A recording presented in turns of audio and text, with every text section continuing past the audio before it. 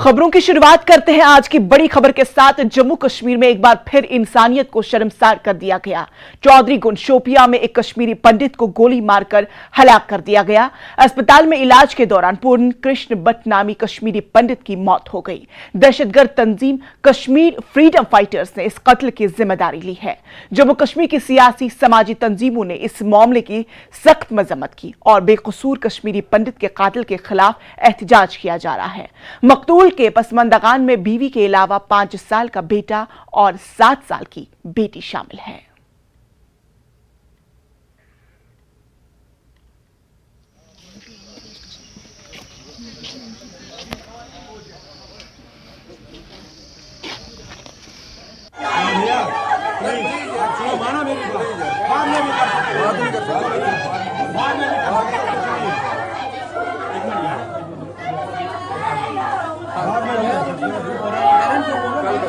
Sir please कल भी कर सकते यार रुकिए यार इतनी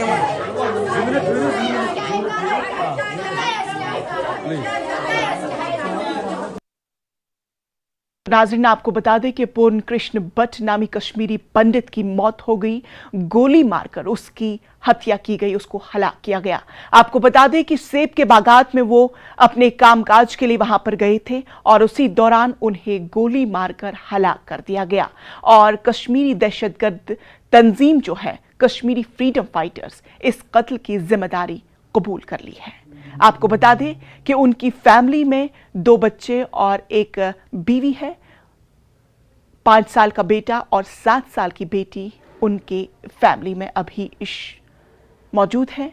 और आपको बता दें कि ये कश्मीरी पंडित अपने बाग में सेब के बागात में काम के लिए गए थे और उसी दौरान कुछ नामालूम अफराद ने यानी दहशतगर्दों ने उन्हें गोली मारकर हलाक कर दिया। एक बार फिर इंसानियत को शर्मसार कर दिया गया। चौधरी गुंड शोपिया में एक कश्मीरी पंडित को गोली मारकर हलाक कर दिया और अस्पताल में इलाज के दौरान पूर्ण कृष्ण भट्ट नामी कश्मीरी पंडित की मौत हो गई। दहशतगर्द तंजीम कश्मीर फ्रीडम फाइटर्स ने इस कत्ल की जिम्मेदारी कबूल कर ली है। जम्मू कश्मीर की सियासी समाजी तंजीमों ने इस पूरे मामले की सख्ती से मजम्मत की है और बेकसूर कश्मीरी पंडित के कत्ल के खिलाफ एहतजाज किया जा रहा है। आपको बता दें कि जिस तरह से राहुल भट्ट के मौत के बाद, कत्ल के बाद, जिस तरह से पीएमओ पैकेज के तहत जितने भी मुलाजमीन वहां पे मुकीम हैं, वहां पे अभी मुलाजमत कर रहे हैं, उनका यही मुतालबा तब से जारी है कि वो उन्हें जम्मू मुंतकिल किया जाए, चूंकि वो खुद को वहां पे अनसेफ महसूस कर रहे हैं, महफूज नहीं महसूस कर रहे हैं कश्मीर में। उनका मुतालबा दरअसल तब से यही लगातार है कि उन्हें जम्मू मुंतकिल किया जाए। लेकिन अब जो आज का वाक़या है वो वहां अपने बाग में गए थे अपने काम के लिहाज से, चूंकि महकमे मौसमियात ने कुछ दिन पहले ही इसकी पेशगोई की थी कि कुछ ही दिनों में पहाड़ी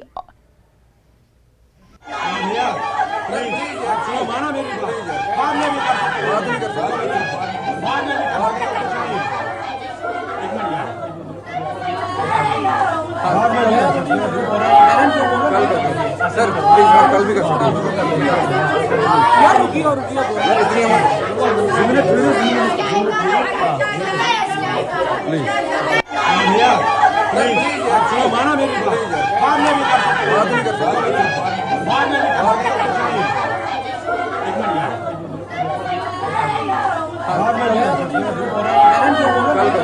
सर प्लीज कल भी कर सकते यार रुकिए यार इतनी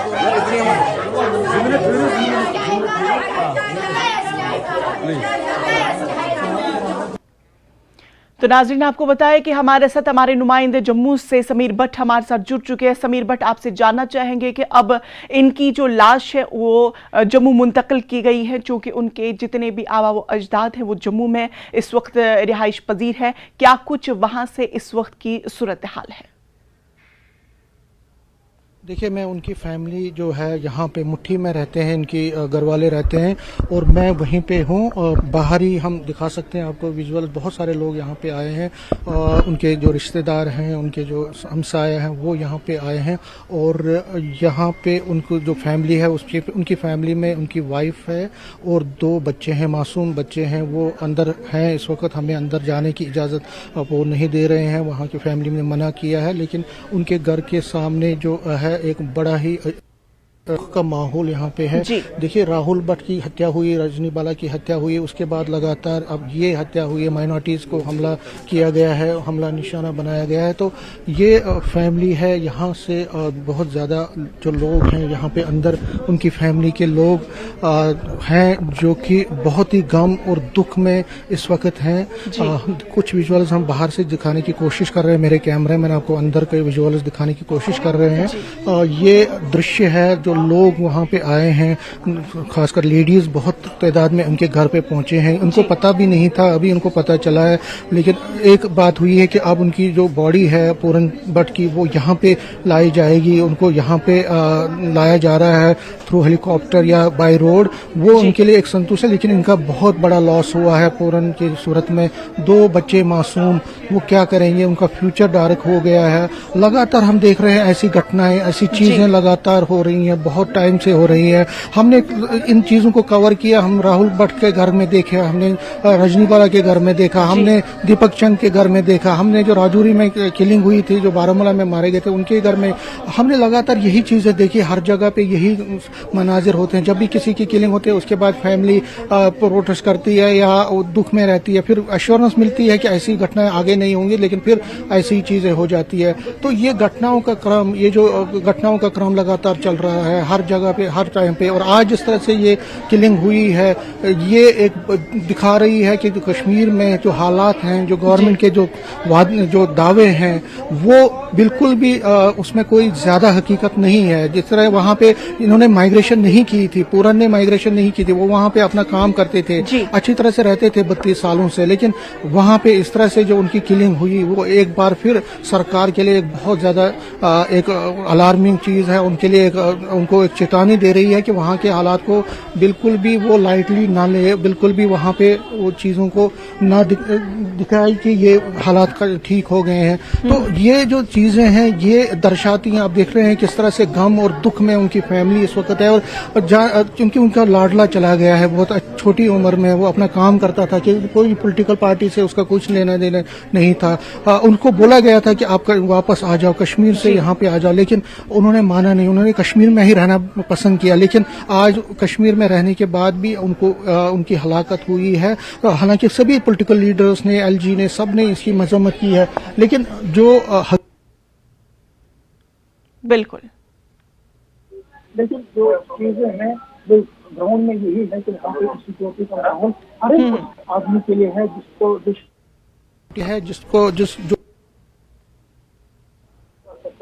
इंडियन कॉन्स्टिट्यूशन डेमोक्रेटिक सेटअप में विश्वास करता है। जी जी है कुछ लोगों से हम यहाँ पे बात करने की कोशिश करेंगे। विनोद, क्या कहेंगे? अपने घर में था, जो उग्रवादी टेररिस्ट उसके घर में अंदर घुस के उन लोगों ने उस पर गोलियों की बरसात कर दी। जो ये चौधरी गुंड का इलाका है, ये वहाँ पर कुछ 10-12 कश्मीरी पंडित घर रहते थे, क्योंकि उनके बड़े बड़े बागान थे। इसलिए ये जो वहाँ के जो उग्रवादी है वो उस पूरे गांव को खाली कराना चाहते हैं। ये बहुत बड़ी सोची समझी चाल है। और हिंदू फ्री जो उनका जो ये कश्मीर का ये है, वो कश्मीर में से हिंदुओं को खदेड़ना चाहते हैं।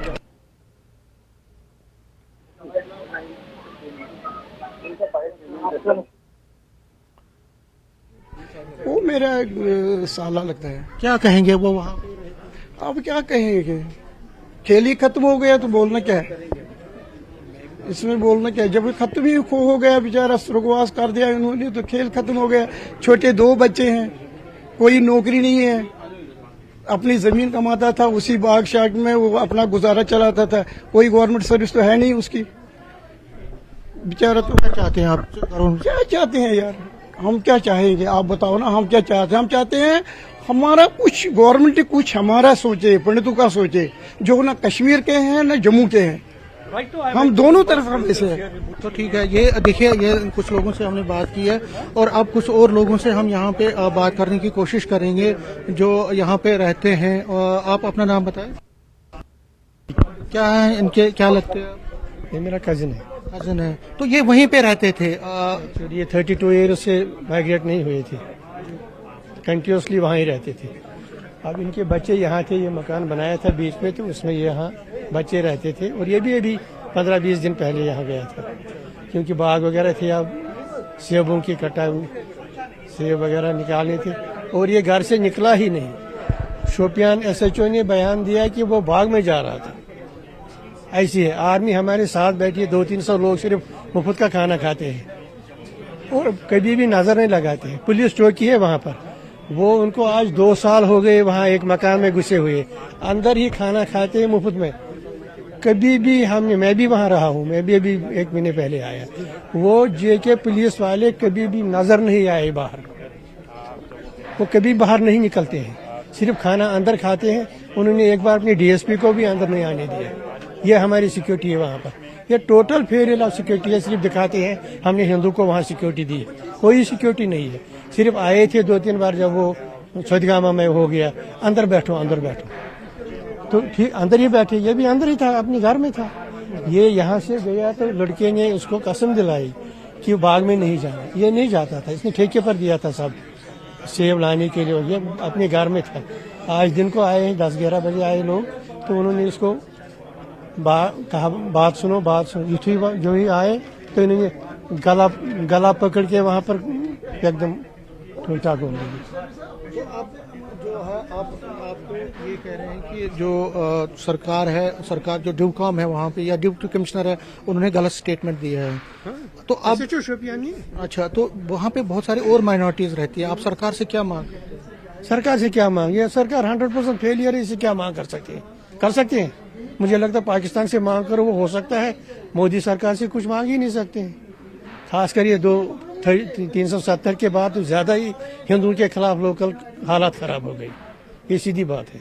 तभी हिंदू मतलब टारगेट पर ज्यादा आ गए, 200-300 हिंदू को मार दिए only after the abrogation of article 370।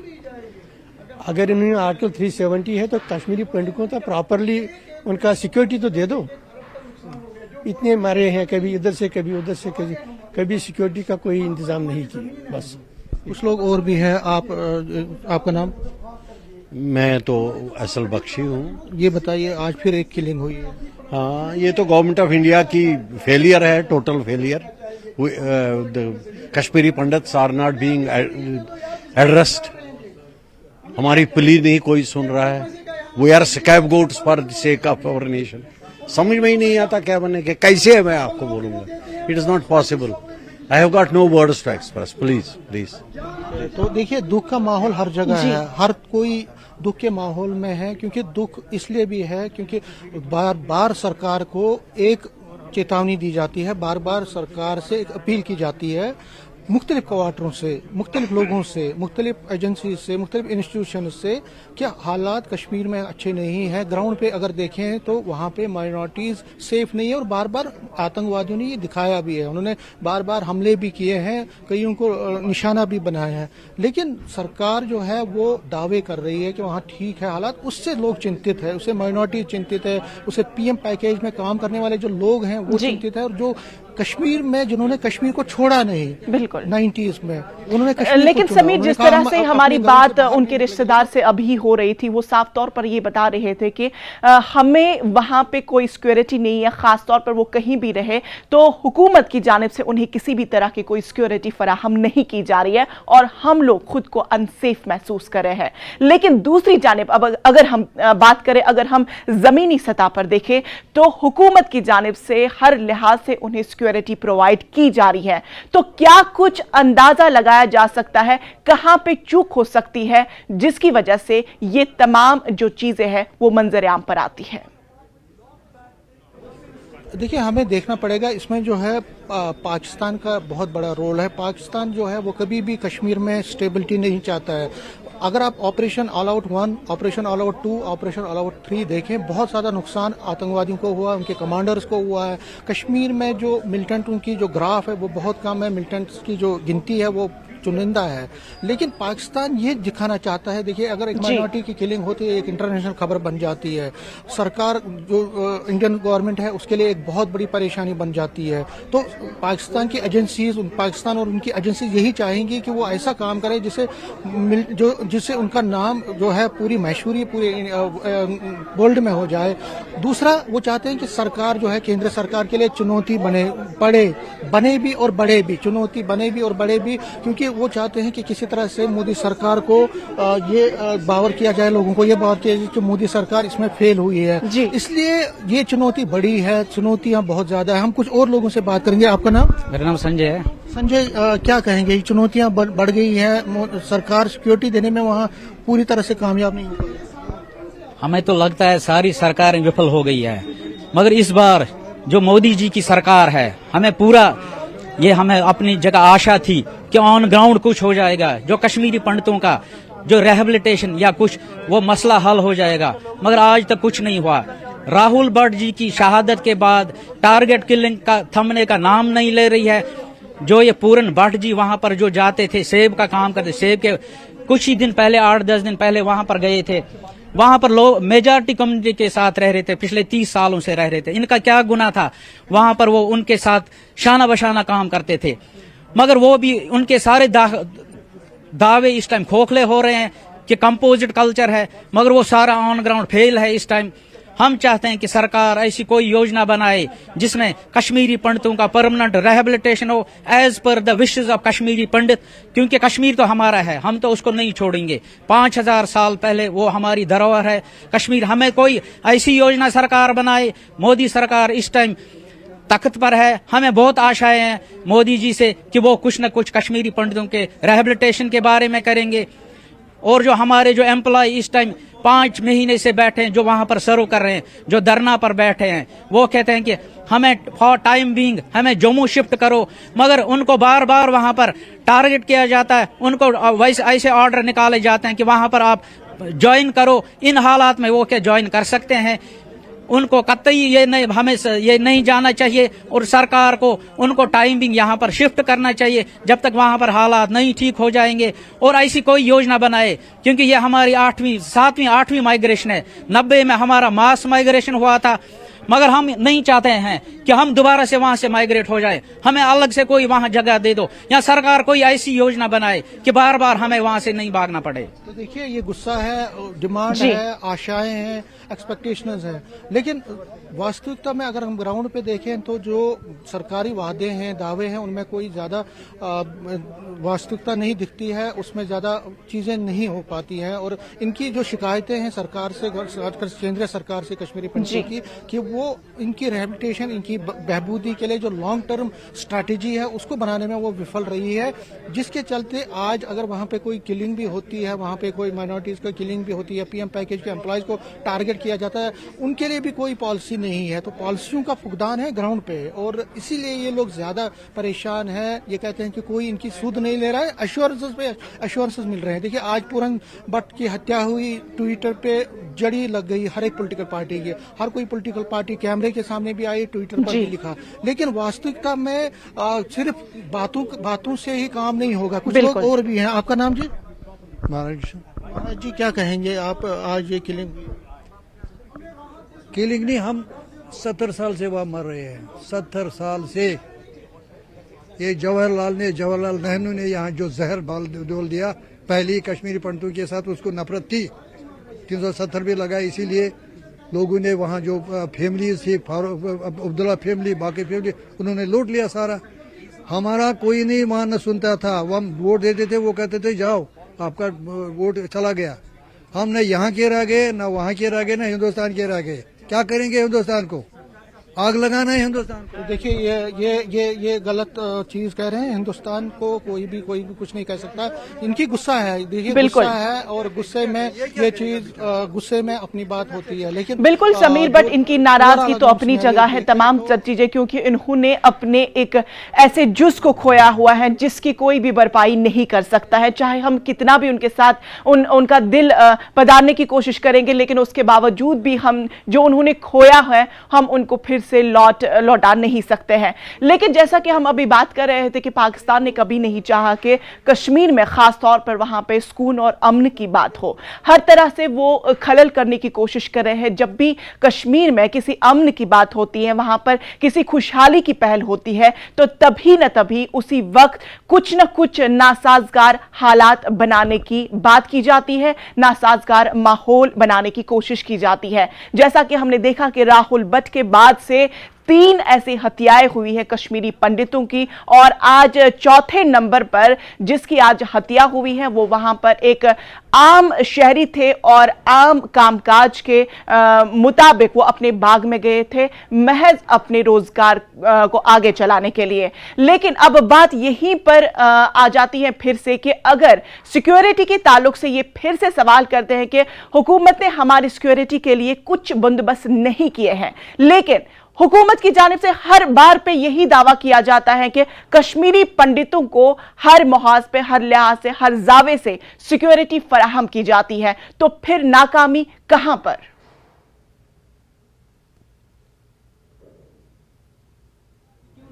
देखिए, जो आपने कहा, सवाल आपने ये किया कि सिक्योरिटी का दावा तो करती है सरकार, लेकिन वास्तविकता में ग्राउंड पे ऐसा नहीं होता, और ये बात सही भी है। देखिए, माइनॉरिटीज की किलिंग लगातार पे हो रही है, और सिर्फ माइनॉरिटीज नहीं, जितने भी नेशनलिस्ट लोग हैं उनकी किलिंग्स वहां पे लगातार होती है, और लगातार ये हमने कुछ टाइम से देखा है। लेकिन किलिंग्स हो रही हैं, सरकार के दावे आते हैं, सरकार की एश्योरेंसेज आती है, सरकार की यकीन दहानियां आती हैं, लेकिन उसके बाद होता कुछ भी नहीं है। फिर किलिंग होती है, फिर हमें वेट करना पड़ता है कि एक और किलिंग होगी, उसका वेट किया जाता है। तो सरकार को ठोस कार्रवाई करनी पड़ेगी। सरकार को उन एलिमेंट्स को ढूंढ के चुन के ढूंढना पड़ेगा कि जो लोग ये करते हैं। पाकिस्तान की खुफिया एजेंसी ISI ने जितने भी वहां पे ओवरग्राउंड वर्कर्स रखे हैं उनको उनको ट्रैक करके उनको अरेस्ट करना पड़ेगा। एक चेन जो है, जो हाइब्रिड चेन है, उसको भी ध्वस्त करना पड़ेगा, तभी जो किलिंग्स का सिलसिला है वो बंद हो सकता है। देखिए, इसमें बहुत टाइम लग सकता है, लेकिन इसमें थोड़ा टाइम तो लग सकता है, लेकिन सरकार को पहल बहुत ठोस एश्योरेंसेस के साथ करनी पड़ेगी, बहुत ठोस एक्शन के साथ करनी पड़ेगी। देखिए, मैं आपको बता दूं, उनके घर में लगातार लोग जो हैं वो आ ही रहे हैं। जिस तरह मैंने आपको कहा, उनके घर में जो फैमिलीज के लोग हैं जी, वो आ रहे हैं और कोशिश कर रहे हैं कि उनकी फैमिली को एश्योरेंस दे, उनकी फैमिली को ये समझाए कि नहीं, हम आपके साथ हैं। लेकिन जो अलमिया है, जो किलिंग्स हुई हैं, जो आज किलिंग हुई है, वो एक बार फिर झंझोड़ रही है सरकार को, सरकार के दावों को उस पर सवालिया निशान लगा रही है, और ये दिखा रही है कि कहीं ना कहीं सरकार कुछ न कुछ जगहों पे फेल हुई है। हम ये नहीं कहते हैं कि सरकार पूरी तरह से फेल हुई है, हम ये कहते हैं कि सरकार को कुछ न कुछ देखना पड़ेगा, कहाँ पे लैप्सेज हैं, सिक्योरिटी के कहाँ से लैप्सेज हैं। जहाँ पे कश्मीरी पंडित वहां पे रहते हैं, जिन्होंने माइग्रेशन नहीं की है, उनकी सिक्योरिटी बनाई गई थी, उनकी बढ़ा दी भी गई थी सिक्योरिटी, लेकिन क्यों ये फिर किलिंग्स हो रही है, उसकी तह तक जानना पड़ेगा सरकार को। सरकार ये भी है कि हर एक को सिक्योरिटी नहीं दे सकते, लेकिन जितने लोग वहां पे हैं उनको सिक्योरिटी का एहसास तो मिल सकता है, एक ऐसा एटमॉस्फेयर तो दे सकती है सरकार की नहीं, हम आपके साथ हैं, हम आपको तनहा नहीं छोड़ेंगे। देखिए, वहां पे जो कश्मीरी पंडित रहते हैं, वो उन्होंने कश्मीर में सेकुलरिज्म को बचा के रखा, उन्होंने वहां पे दिखाया कि पाकिस्तान की जितनी भी कोशिशें थी उनको नाकाम करने के लिए वो वहां पे बैठे थे। बहुत ज्यादा जिम्मेदारी ऐसे लोगों को, ऐसे लोग जो है यहाँ पे रहते हैं, जो में काम करने लोग हैं, जो अभी ऑफिसों में नहीं जाते, उनको भी सिक्योरिटी का एहसास देना पड़ेगा, उनको भी समझाना पड़ेगा, नहीं सरकार आपके साथ है। तो केंद्रीय सरकार, जिसे होम मिनिस्टर बार बार यहाँ आ रहे हैं, प्राइम मिनिस्टर ने भी बार बार एश्योरेंस दी है कि उनकी सिक्योरिटी बढ़ाई जाएगी, उनको सिक्योरिटी दी जाएगी, लेकिन फिर ऐसा क्यों हो रहा है बार बार? इन लोगों ने, मैं आपको बता दूं, जो सीएम पैकेज के तहत काम कर रहे हैं, वो उन्होंने जंतर मंतर पे भी प्रोटेस्ट किया था। उन्होंने यहाँ जम्मू में पिछले 155 दिनों से वो प्रोटेस्ट कर रहे हैं। लेकिन फिर भी सरकार उनकी बात नहीं मान रही। तो सरकार को भी अपना जो रुख है उसमें लचीलापन लाना पड़ेगा, उसमें नरमी लानी पड़ेगी, उनकी बात सुननी पड़ेगी जो पीएम पैकेज के काम कर रहे हो। तो समीर भट्ट, तमाम तर तफसीलात के लिए आपका बेहद शुक्रिया। आगे भी आपसे तमाम तर तफसीलात लेते रहेंगे। फिलहाल आपका शुक्रिया। तो नाज़रीन, आपको बता दें कि विश्व कुलगाम के ट्रांजिट कैंप में मुकीम माइग्रेंट एम्प्लॉइज ने कश्मीरी पंडित के कत्ल के खिलाफ एहतजाज किया। यह एहतजाज कौमी शाहरा पर किया गया।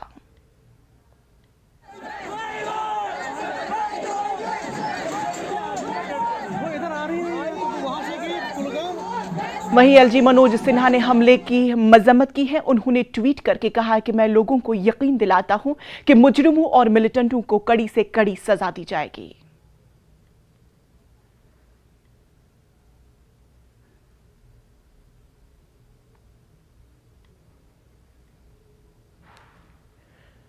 कश्मीरी पंडित कत्ल मामले में जबरदस्त एहतजाज किया गया। एहतजाजियों ने इंसाफ की मांग की और पंडित मुलाजमीन की नौकरियां जम्मू खित्ते को मुंतकिल करने का मसला उठाया।